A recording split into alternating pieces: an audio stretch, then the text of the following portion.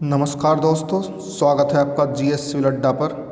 आज है 14 सितंबर 2022। तो 14 सितंबर 2022 से करंट अफेयर्स के जितने भी क्वेश्चंस बनाए जा सकते हैं सारे हम इस वीडियो में डिस्कस करेंगे और साथ ही 13 सितंबर 2022 के क्वेश्चंस का रिवीजन भी करेंगे। तो चलिए शुरुआत करते हैं आज के पहले क्वेश्चन से। आज का पहला क्वेश्चन है, आयुर्वेद दिवस 2022 कब मनाया जाएगा? तो आयुर्वेद दिवस 2022 23 अक्टूबर को मनाया जाएगा। इस अवसर पर 12 सितंबर से 23 अक्टूबर तक आयुर्वेद दिवस 2022 कार्यक्रम का आयोजन भी किया जा रहा है और इस कार्यक्रम की थीम है हर दिन हर घर आयुर्वेद। जो एक कार्यक्रम है इसकी थीम है हर दिन हर घर आयुर्वेद।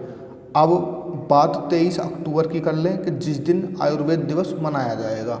ये तो आयुर्वेद दिवस कार्यक्रम की थीम मैंने बताई कि हर दिन हर घर आयुर्वेद, इसकी थीम है कार्यक्रम की। लेकिन जो ये आयुर्वेद दिवस मनाया जाएगा वो 23 अक्टूबर को मनाया जाएगा और इसकी जो थीम रहेगी आयुर्वेद दिवस की वो समग्र स्वास्थ्य के लिए आयुर्वेद रहेगी। तो ये दोनों थीम अलग अलग याद रखनी है। आयुर्वेद दिवस कार्यक्रम अलग चीज़ है और आयुर्वेद दिवस अलग है। आयुर्वेद दिवस कार्यक्रम का आयोजन 12 सितंबर से 23 अक्टूबर तक किया जाएगा, लेकिन जो आयुर्वेद दिवस है वो आयुष मंत्रालय के द्वारा हर साल धन्वंतरि जयंती पर मनाया जाता है, जो कि इस बार 23 अक्टूबर को मनाई जाएगी। तो दोनों अलग अलग चीज़ें हैं, दोनों को याद रखना है। अच्छा, 23 अक्टूबर की थीम मैं आपको फिर से बता दूं कि आयुर्वेद दिवस की थीम क्या रहेगी। तो समग्र स्वास्थ्य के लिए आयुर्वेद, और आयुर्वेद कार्यक्रम की थीम क्या है? हर दिन हर घर आयुर्वेद। तो ये दोनों चीज़ें आपको याद रखनी है। और इससे रिलेटेड मैं आपको कुछ फैक्ट बता दूं, जैसे कि आयुष मंत्रालय की बात हो रही है तो आयुष मंत्रालय के नाम से गठन इसका कब हुआ था? तो 9 नवंबर 2014 को हुआ था। इससे पहले 1995 में भारतीय चिकित्सा पद्धति और होम्योपैथी विभाग का गठन किया गया था। इसके बाद 2003 में इसे आयुर्वेद, योग और प्राकृतिक चिकित्सा, यूनानी, सिद्ध और होम्योपैथी विभाग के नाम से जाना जाता था। लेकिन जो आयुष मंत्रालय का वर्तमान स्वरूप है उसकी डेट आपको याद रखनी है, 9 नवंबर 2014 से ये अपने वर्तमान स्वरूप में आया है। अच्छा, ये जो कार्यक्रम किया जाएगा आयुर्वेद दिवस 2022 का कार्यक्रम है 12 सितंबर से 23 अक्टूबर तक जो किया जाएगा, ये किस के द्वारा किया जाएगा? तो ये AIIA के द्वारा, ये आयुष मंत्रालय के तहत अखिल भारतीय आयुर्वेद संस्थान है ने इस कार्यक्रम का शुभारंभ किया है। और इस बार आयुर्वेद दिवस के लिए नोडल मंत्रालय भी अखिल भारतीय आयुर्वेद संस्थान यानी कि AIIA ही है। तो ये जानकारी आपको याद रखनी है। और ये जो कार्यक्रम चल रहा है ये 3J पर आधारित है। 3J का मतलब है जन संदेश, जन भागीदारी, ठीक, जन संदेश, जन भागीदारी और जन आंदोलन। जन संदेश, जन भागीदारी और जन आंदोलन, इन 3J पर आधारित है। बात अन्य ऑप्शंस की कर लें, जैसे कि 16 सितंबर बहुत ज़्यादा एग्जाम में पूछा जाता है तो विश्व ओजोन दिवस मनाया जाता है। 14 सितंबर हिंदी दिवस मनाया जाता है और 24 अक्टूबर को संयुक्त राष्ट्र का स्थापना दिवस मनाया जाता है। नेक्स्ट है वैश्विक महामारी कोष यानी कि FIF को किस संस्थान द्वारा लॉन्च किया गया है? तो हाल ही में कोविड-19 जैसी महामारियों में जो विकासशील देश हैं उनकी सहायता के लिए, उन रोगों को नियंत्रित करने के लिए, रोकने के लिए एक FIF कोष की स्थापना की गई है। किसके द्वारा? विश्व बैंक के द्वारा। तो इसका ऑप्शन ए सही हो जाएगा। अब FIF यानी कि फाइनेंशियल इंटरमीडियरी फंड, क्या है? फाइनेंशियल इंटरमीडियरी फंड, वित्तीय मध्यस्थ कोष की स्थापना किसके द्वारा की गई है? विश्व बैंक के द्वारा की गई है। इसका उद्देश्य मैंने आपको बता ही दिया, कोविड-19 जैसी महामारियों को रोकने, नियंत्रित करने आदि हेतु निम्न व मध्यम आय वाले देशों में आर्थिक रूप से प्रयास को बढ़ावा देना। यह वैश्विक विकास समुदाय को स्वतंत्र रूप से संचालित बहु योगदानकर्ता सहयोग मंच प्रदान करेगा। यह फंड G20 देशों व अन्य कुछ देशों से वित्तीय सहायता भी जुटाएगा। इसके तहत 1.4 बिलियन से अधिक वित्तीय प्राप्तकर्ताओं की घोषणा अब तक की जा चुकी है। तो मेन पॉइंट ये है कि जो वैश्विक महामारी कोष FIF है, यानी कि वित्तीय मध्यस्थ कोष है, इसकी ये लॉन्चिंग जो की गई है ये विश्व बैंक के द्वारा की गई है। नेक्स्ट है, हाल ही में किस राज्य सरकार ने समान नागरिक संहिता पर एक समिति का गठन किया है?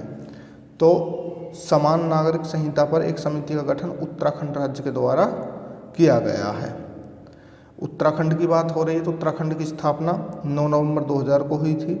मुख्यमंत्री पुष्कर सिंह धामी हैं। मुख्य न्यायाधीश न्यायमूर्ति विपिन सांघी हैं। राज्यपाल गुरमीत सिंह हैं। राजधानी देहरादून और गैरसैंण है। गैरसैंण ग्रीष्मकालीन है और देहरादून शीतकालीन है।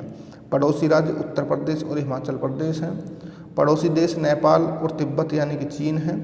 प्रमुख भाषाएं हिंदी, कुमाऊनी, गढ़वाली, उर्दू और संस्कृत हैं। जिले 13 हैं। राज्य के पुष्प ब्रह्म कमल है।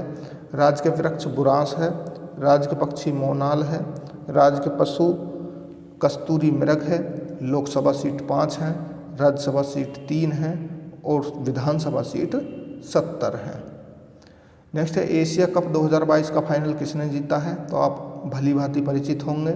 श्रीलंका ने पाकिस्तान को 23 रनों से हरा करके छठी बार इस खिताब को अपने नाम कर लिया है। अच्छा, भारत ने इसे कितनी बार जीता है अब तक? तो भारत ने सर्वाधिक 7 बार एशिया कप को अपने नाम किया है। बात एशिया कप की हो रही है तो इसकी शुरुआत कब हुई थी पूछा जा सकता है। 1984 को UAE में इसकी शुरुआत हुई थी। अच्छा, एशिया कप 2022 का आयोजन कहाँ पर हुआ? तो UAE में हुआ 27 अगस्त से 11 सितंबर तक। Player of the series Wanindu Hasaranga जो कि श्रीलंका के हैं। सर्वाधिक रन मोहम्मद रिजवान 281 रन बनाए थे, इन्होंने पाकिस्तान से हैं। और सर्वाधिक विकेट भारत के भुवनेश्वर कुमार ने 11 विकेट लिए थे। एशिया की बात हो रही तो एशियन क्रिकेट काउंसिल के बारे में आपको जानकारी होनी चाहिए। तो ACC यानी कि एशियन क्रिकेट काउंसिल, इसकी स्थापना 19 सितंबर 1983 को हुई थी। इसका हेडक्वार्टर कोलंबो श्रीलंका में है। इसके अध्यक्ष जय शाह हैं और उपाध्यक्ष पंकज खीमजी जो कि ओमान देश से हैं। नेक्स्ट है, US ओपन 2022 पुरुष एकल का खिताब किसने जीता है? तो अंतिम ग्रैंड स्लैम जो कि साल में 4 ग्रैंड स्लैम होते हैं, Australian open, French open, Wimbledon open और US ओपन, ये चारों आपको याद रखने हैं। चारों के विजेता आपको याद रखने हैं, पीछे मैं बता चुका हूँ। फिलहाल बात हो रही है US ओपन की। तो US ओपन 2022 पुरुष एकल का खिताब किसने जीता है?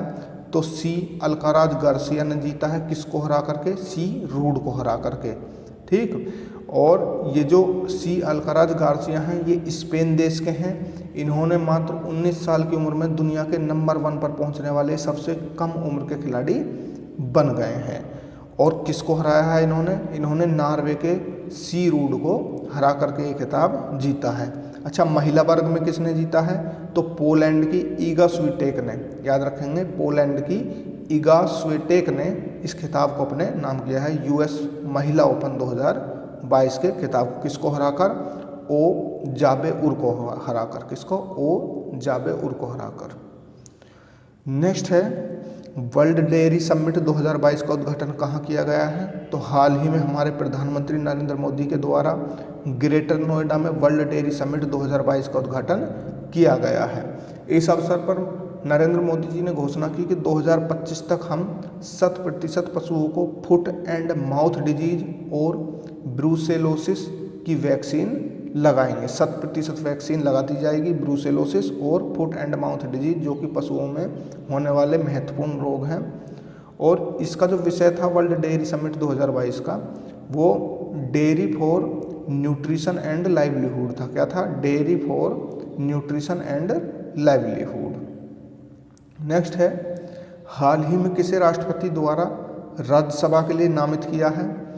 तो हाल ही में जम्मू कश्मीर के गुलाम अली को राष्ट्रपति द्वारा राज्यसभा के लिए नामित किया गया है।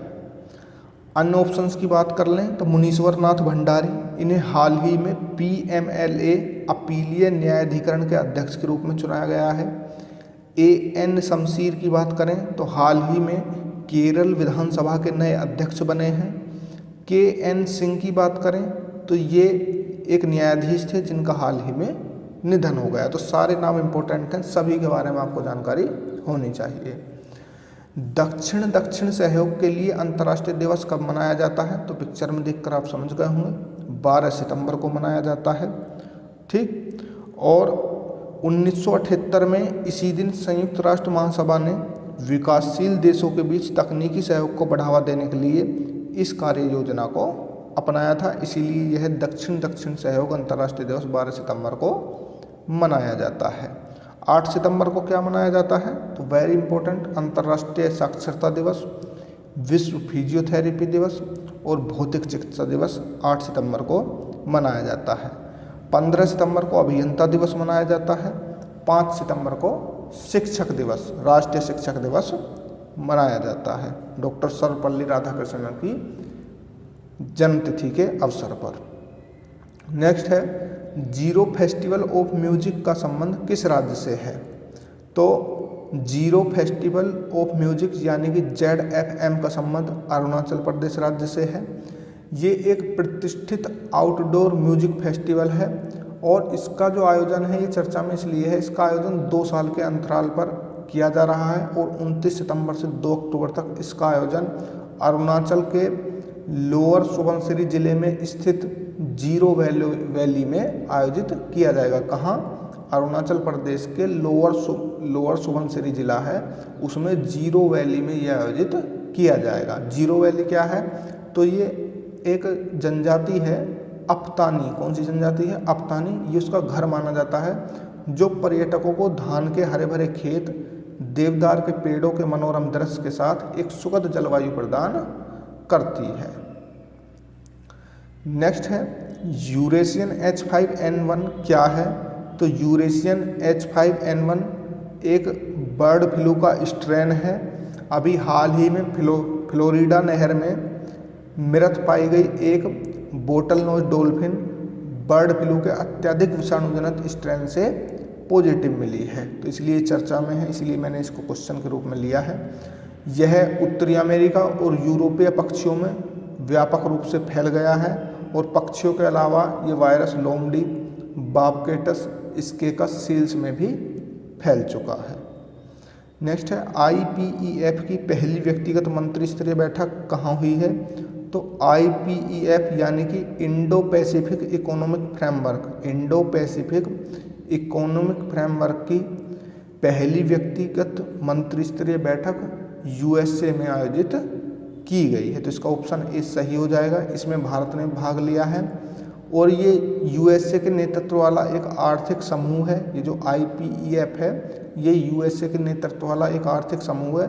ये 13 देशों का समूह है जो वैश्विक अर्थव्यवस्था के लगभग 40% हिस्से को कवर करता है। ये 4 स्तंभों पर आधारित है। क्या क्या है स्तंभ? पहला है व्यापार, दूसरा है आपूर्ति श्रृंखला, स्वच्छ अर्थव्यवस्था और निष्पक्ष अर्थव्यवस्था। ये इसके 4 स्तंभ हैं। नेक्स्ट है, हाल ही में किस बैंक ने भारत की पहली इलेक्ट्रॉनिक बैंक गारंटी जारी की है? तो पहली electronic bank guarantee HDFC bank ने जारी की। HDFC बैंक का मुख्यालय कहाँ है? तो HDFC बैंक का मुख्यालय मुंबई में है। नेक्स्ट है, किस देश ने अपने आप को परमाणु संपन्न देश घोषित किया है? तो हाल ही में फोटो देखकर समझ गए होंगे, किम जोंग उन नज़र आ रहे हैं इस फोटो में। तो किम जोंग उन जो कि उत्तर कोरिया के राष्ट्रपति हैं, उन्होंने अपने देश को परमाणु संपन्न देश घोषित कर दिया है। प्रतिबंधों के बावजूद 2006 से 2017 तक किम जोंग उन ने 6 परमाणु परीक्षण किए, कोई उसका कुछ नहीं उखाड़ पाया। ठीक। और अब किम ने इसके लिए संसद में कानून भी पास कर दिया है। नेक्स्ट है, राष्ट्रीय वन शहीद दिवस कब मनाया जाता है? तो प्रतिवर्ष राष्ट्रीय वन शहीद दिवस 11 सितंबर को मनाया जाता है। ठीक। ये जो विभिन्न आंदोलन हुए थे वनों को लेकर और उन वनों के आंदोलन में जो लोग शहीद हुए थे उनको याद करने के लिए, उनको श्रद्धांजलि देने के लिए वर्ष 2013 से ये प्रतिवर्ष 11 सितंबर को मनाया जाता है। कुछ आंदोलनों के मैं आपको नाम बताऊंगा, जगह बताऊंगा, सन बताऊंगा और उनसे रिलेटेड जो प्रमुख व्यक्ति थे जो कि बार बार परीक्षाओं में पूछे जा रहे हैं वनों से रिलेटेड, मैं आपको बता देता हूँ, इसे कहीं पर आप नोट कर लेंगे। जैसे कि चिपको आंदोलन वेरी इंपॉर्टेंट है, बहुत ज़्यादा पूछा जाता है। ये उत्तराखंड में गढ़वाल और चमोली ज़िले में, याद रखेंगे कब कहाँ, 1973 में उत्तराखंड में गढ़वाल और चमोली ज़िले में पेड़ों को बचाने के लिए लोग पेड़ों से लिपट गए थे, इसीलिए इसका नाम चिपको आंदोलन पड़ा। महत्वपूर्ण लोग कौन थे, तो सबसे महत्वपूर्ण सुंदरलाल बहुगुणा, दूसरे नंबर पर गोरा देवी, तीसरे नंबर पर सुदेशा देवी, ये प्रमुख लोग थे। जंगल बचाओ अभियान या जंगल बचाओ आंदोलन 1982 बिहार के सिंहभूमि जिले में आदिवासियों द्वारा चलाया गया था। ये सिंहभूमि जिला अब झारखंड में पड़ता है विभाजन के बाद, 2000 के बाद। फिर इसके बाद नंबर आता है अपीको आंदोलन 1983 में उत्तर कर्नाटक के शिमोगा जिले में चलाया गया था। किसके द्वारा, पांडुरंग हेगड़े के द्वारा। तो इस क्वेश्चन से आपको इतनी जानकारी याद रखनी है। नेक्स्ट है निम्नलिखित में से किसने मजमा उल बहरीन नामक पुस्तक लिखी है, तो मजमा उल बहरीन नामक पुस्तक दारा सिकोह ने लिखी है। ये शाहजहां के पुत्र थे, ठीक। अब ये पुस्तक चर्चा में क्यों है, तो हाल ही में इस पुस्तक का अरबी संस्करण जारी किया गया है, इसलिए ये चर्चा में है। तो इसके लेखक कौन थे, शाहजहां के पुत्र दारा सिकोह इसके लेखक थे, ठीक। और ये जो मजमा उल बहरीन है, इसका अर्थ क्या है, तो मजमा उल बहरीन का हिंदी में अर्थ दो महासागरों का मिलन है। इस पुस्तक में वेदवाद और सूफी इस्लाम के बीच बहुलवादी और रहस्यमय सामंजस्यता की जांच की गई है। दारा सिकोह की बात हो रही है, तो ये तो मैंने आपको बता ही दिया कि शाहजहां के पुत्र हैं और इन्होंने 25 वर्ष की आयु में अपनी पहली पुस्तक सफीनत उल अवलिया लिखी थी। क्या लिखी थी, सफीनत उल अलविया पहली पुस्तक लिखी थी। इनकी अन्य पुस्तक भी पूछी जा सकती हैं क्योंकि ये चर्चा में है। रिसाला ए हकनुमा, सतियात या हसनत उल अरीफीन और इक्सिर ए आजम, ये प्रमुख पुस्तकें हैं दारा सिकोह द्वारा लिखी गई हैं। नेक्स्ट है साउथ रेड ईयर्ड स्लाइडर, ये डर्ड नहीं ईयर्ड है। साउथ रेड ईयर्ड स्लाइडर किस जीव की प्रजाति है, तो ये भी हाल ही में चर्चा है। ये एक आक्रामक कछुए की प्रजाति है। कैसी, आक्रामक कछुए की प्रजाति है। ये चर्चा में इसलिए है कि इसकी उपस्थिति से पाया गया है कि जो देसी कछुए होते हैं उनकी प्रजातियां नष्ट हो सकती हैं।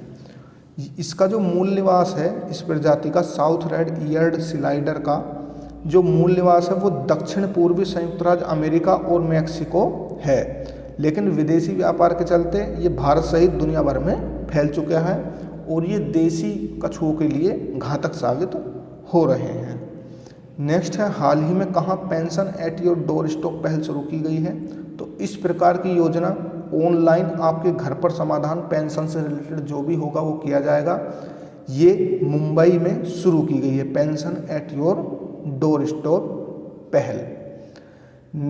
नेक्स्ट है हाल ही में इतालवी फार्मूला 1 ग्रैंड प्रिक्स 2022 किसने जीती है, तो इतालवी फार्मूला 1 ग्रैंड प्रिक्स 2022 मैक्स वर्स्टप्पन ने जीती है, जो कि रेड बुल के ड्राइवर है।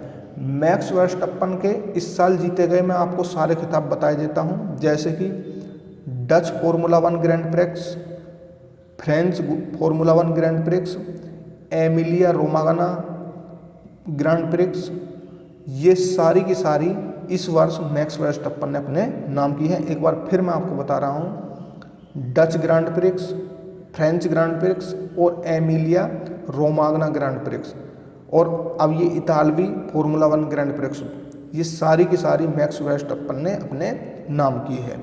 कार्लोस सेंज ने ब्रिटिश ग्रैंड प्री 2022 जीती है। सर्जियो पेरेज ने मोनाको ग्रैंड प्रिक्स 2022 जीती है। चार्ल्स लेक्लर ने ऑस्ट्रेलियन ग्रैंड प्री और बहरीन ग्रैंड प्री 2022 अपने नाम की है। तो सारे मैंने आपको रिवाइज करा दिए हैं, सारे आपको याद होने चाहिए। नेक्स्ट है हाल ही में भारत में क्वांटम कंप्यूटिंग को आगे बढ़ाने के लिए किस आईआईटी ने आईबीएम के साथ समझौता किया है, तो ये समझौता आईआईटी मद्रास ने किया है आईबीएम के साथ। भारतीय भाषा प्रौद्योगिकी को बढ़ावा देने के लिए अभी हाल ही में IIT मद्रास ने नीलेकणी केंद्र लॉन्च किया था और IIT कानपुर ने एक निर्माण त्वरक कार्यक्रम शुरू किया था और अंतरिक्ष रोबोट के लिए जैव प्रेरित कृत्रिम मांसपेशी भी IIT कानपुर ने विकसित की थी। तो ये IIT से रिलेटेड कुछ इम्पोर्टेंट करंट थे। नेक्स्ट है, हाल ही में भारतीय नौसेना ने प्रोजेक्ट 17A तीसरे स्टील्थ फ्रिगेट तारागिरी को कहाँ लॉन्च किया है? तो इसकी लॉन्चिंग अभी हाल ही में मुंबई में मझगांव डॉकयार्ड लिमिटेड में की गई है। आज के लिए 20 क्वेश्चन थे। अब बारी है कल के करंट अफेयर्स के रिवीजन की, यानी कि 13 सितंबर 2022 के करंट अफेयर्स का रिवीजन। पहला क्वेश्चन था, आचार्य विनोबा भावे की जयंती कब मनाई गई है? तो 11 सितंबर को आचार्य विनोबा भावे की जयंती मनाई गई है। झोतेश्वर मंदिर के शंकराचार्य स्वामी स्वरूपानंद सरस्वती का निधन हुआ है। इनका संबंध किस राज्य से है? तो इनका संबंध मध्य प्रदेश से है। नेक्स्ट है, फॉर्चून इंडिया रिच लिस्ट 2022 में भारत के सबसे अमीर व्यक्ति कौन बने हैं? तो गौतम अडानी बने हैं। ये दुनिया के तीसरे सबसे अमीर व्यक्ति, एशिया के पहले अमीर व्यक्ति और भारत के भी पहले अमीर व्यक्ति बन गए हैं।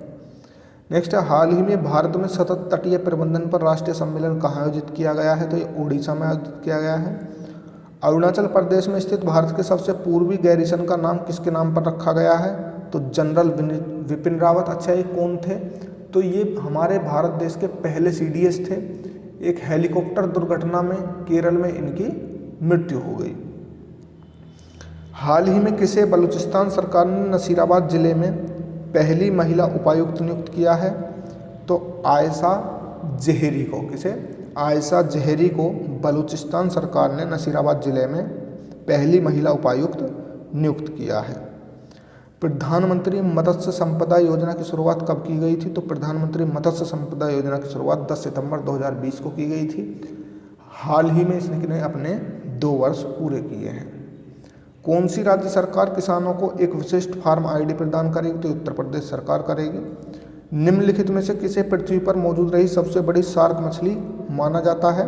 तो मेगालोडेन को माना जाता है। हाल ही में इसका एक जबड़े का अवशेष मिले हैं, इसलिए चर्चा में है। तो मेगालोडेन पृथ्वी पर मौजूद रही सबसे बड़ी शार्क मछली मानी जाती है। हाल ही में शोधकर्ताओं ने दवारोधी जीवाणुओं को रोकने के लिए हाइड्रोक्विनिन के गुणों का पता लगाया है। यह पेड़ के किस हिस्से में पाया जाता है? तो पेड़ की छाल में पाया जाता है।